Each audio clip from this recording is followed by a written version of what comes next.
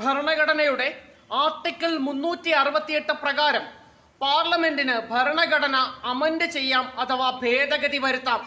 2020 ജനുവരി മാസത്തിൽ നിലവിൽ വന്ന 104-ാം ഭരണഘടനാ ഭേദഗതിക്ക് 2 പ്രത്യേകതകളാണ് ഉണ്ടായിരുന്നത്.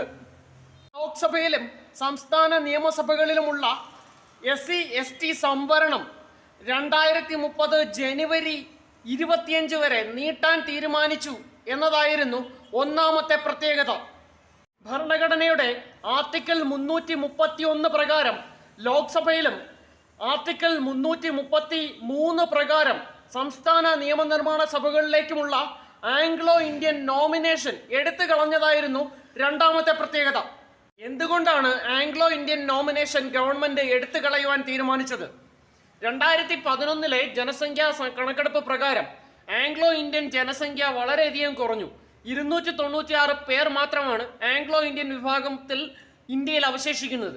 അതുകൊണ്ടാണ് ആംഗ്ലോ ഇന്ത്യൻ നോമിനേഷൻ തുടരണ്ട എന്ന് ഗവൺമെന്റ് തീരുമാനിച്ചത്.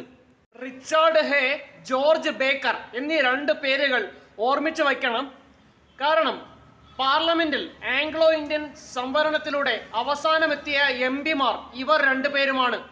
ആംഗ്ലോ ഇന്ത്യൻ സംവരണത്തിലൂടെ കേരള നിയമസഭയിൽ MLA ആയ അവസാന വ്യക്തി ജോൺ ഫെർണാണ്ടസ് ആണ്. ഓർമ്മിച്ചു വയ്ക്കണം, ജോൺ ഫെർണാണ്ടസ്.